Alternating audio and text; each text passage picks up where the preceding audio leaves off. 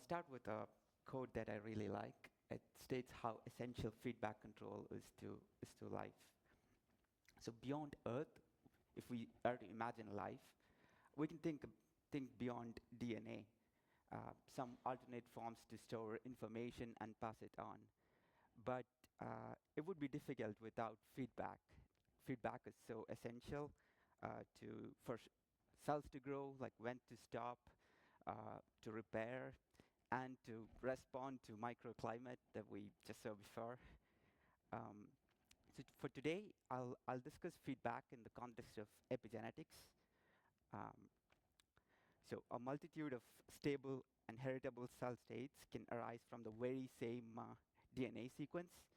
Um, and this can be attributed to covalent modifications on histone tails, a wide variety of covalent modifications. They can make genomic regions active or repressive, so modulating their transcriptional status. And this process is tightly regulated. And there are a wide variety of mechanisms. There are specialized enzymes.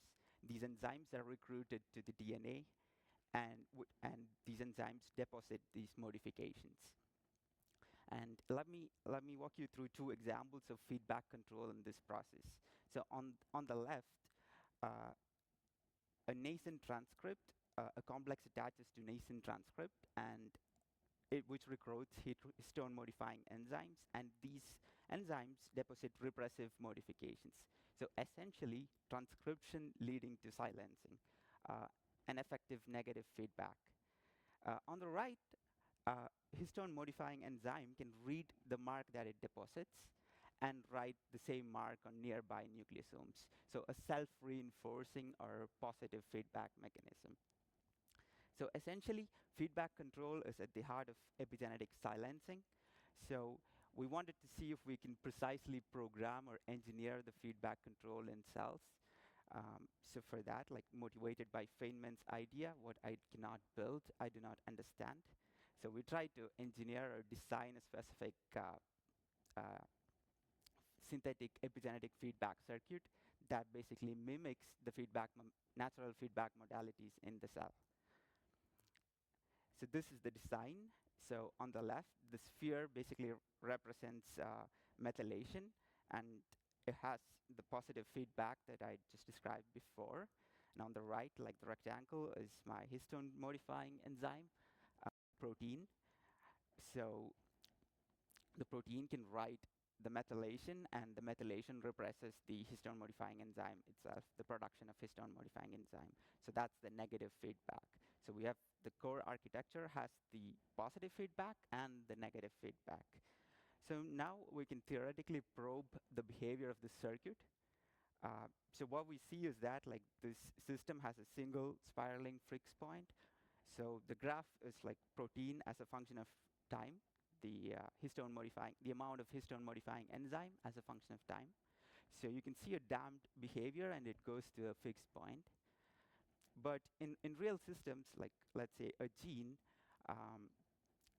silencing relies on methylation of a few nucleosomes, basically defined by the size of a promoter. So this can lead to number fluctuations, because minor errors in methylation can switch the transcriptional status of a promoter or a gene. So if we account for that noise, what we see is that like from the stable state, we get a periodic behavior. So on the left, the purple curve shows the noise-induced oscillations. Previously, it was just a pure stable state. It looks a bit erratic, but we can pick up the most prominent frequency in the power spectrum. That's what I'm showing on the right. So the peak shows the time period of the system. So we designed a circuit. We theoretically characterized it. So the next question was, how can we implement it in a cell, or would the cell behave the same way? So we turned to fission yeast, one of the simplest organisms you can think of. So the way we translated the negative feedback circuit that we designed was to have the methyltransferase enzyme right next to its binding site.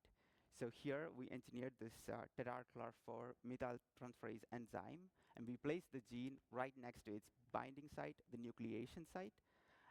And to see what's happening in the region, we put in a GFP right symmetrically on the opposite side. So once the region is transcribing, the idea is that there would be production of the methyltransferase tetrachlor-4 enzyme, and it would bind to the nucleation site. And upon binding, it would write methylation and silence the region. The other component in this system is the endogenous methyltransferase enzyme. This can read methylation marks and then propagate it. So that would perform the positive feedback in circuit. So we basically designed the circuit, characterized it, and then implemented it in a cell. And the next challenge was measurement. So we turned to time-lapse-based, microfluidics-based time-lapse microscopy.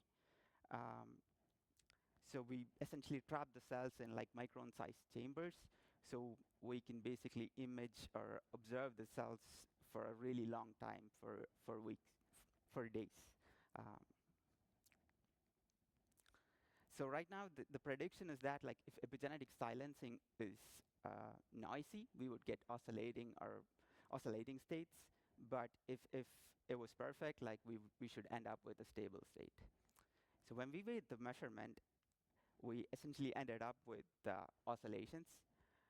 So all the cells were switching, and so this is like concentration as a function of time, both the plots. So on the left, I'm showing two cells that were showing switching-like behavior, and on the right, I'm showing a cell that was where we were able to capture like defined frequency.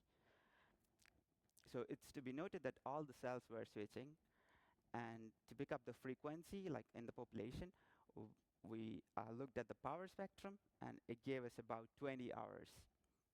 So that's roughly 10 generations in yeast. So essentially what we learned was that epigenetic silencing at the scale of a gene is fundamentally noisy. And then to gain deeper insights into this feedback control, we thought of systematically dissecting what's happening in or the circuit. So first we wanted to look at the read-write or the positive feedback. So we turned to theory. On the x-axis is the positive feedback term, and on the y-axis is the nucleation-based writing. So what it essentially tells us is that we need a finite nucleation-based writing, but you can turn off or delete the positive feedback, but we still have a region that is blue where we would get oscillations. So based on this, like we went ahead and then deleted the read-write module in the cell. As predicted, we ended up with oscillating cells, and all the time period was also conserved. We measured like in the population, like we measured similar time period as well, like about 20 hours. This was significant because usually this read-write or positive feedback mechanism is involved in like maintaining epigenetic states over generations. So here we show that the pattern is primarily dependent on the nucleation-based writing. To go a bit further, we looked at what the other two core parameters, how it would behave as well.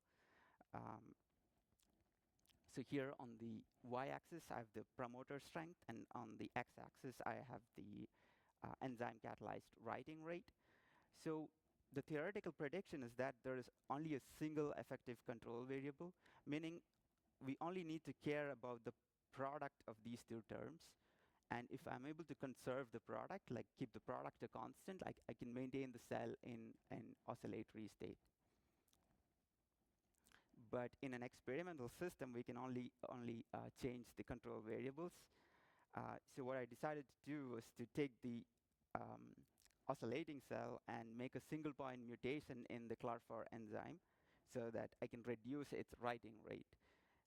So this mutation has been characterized before. It roughly reduces it by 10 times. And as we predict, like predominantly the cells become on, so 90% of the cells remain on, and very few show switching behavior, and we were not able to characterize oscillations in this system.